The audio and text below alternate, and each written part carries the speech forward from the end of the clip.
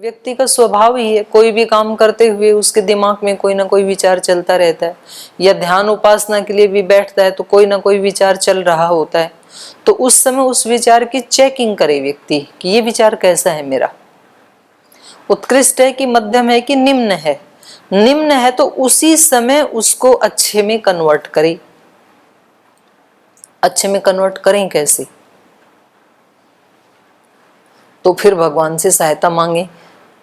जैसे आपको लगता है कि जी मैं तो यहाँ उपासना करना चाह रहा हूँ, लेकिन यहाँ जो मेरे आसपास रहते हैं इनको, ये तो उपासना से कोसों दूर है, वो उनका काम है उसी समय शोर मचाना।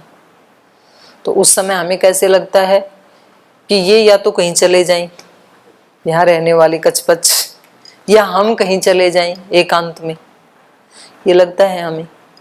तो अब इस विचार को अच्छे विचार में बदलो। ये विचार तो स्वाभाविक है, तो चलता ही है, अब आप बदलो इसको। ये विचार कैसा है? वैसे सुख देने वाला तो है नहीं, किसी का बुरा भी नहीं चाह रहा है, तो मध्यम कोटि का मान लेंगे हम इसको, ठीक है, उत्कृष्ट का तो नहीं। अब आप इसको बदलो। अब मैं तो एक टेक्निक बता रही हूं कि उसको बदलना कैसे है। विचार को चेंज करना है, केवल आपको अपने ऊपर नहीं ले जाना कि हमारे साथ ऐसा होता है नहीं होता है। मैं आपसे एक बदलवाना चाह रही हूं कि क्या क्या विचार हो सकते हैं। विचारों को चेंज किया जाता है, इस विचार को अच्छा ये बनाया जा सकता है। बिल्कुल सिंपल है, बच्चे अपना काम कर रहे हैं, मैं अपना काम कर रहा हूं, खत्म।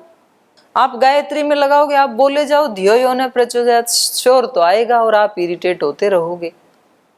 स्किप नहीं करना उसको, उसको बदलना है।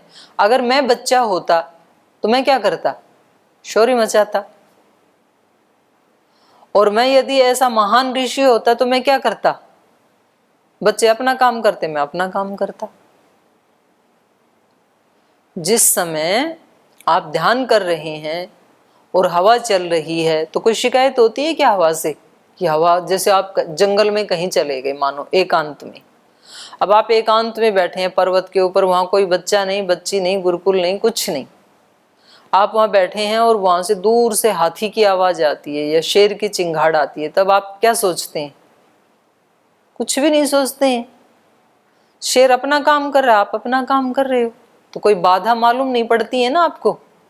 क्यों नहीं पड़ती है? स्वीकार कर लिया उसको आपने।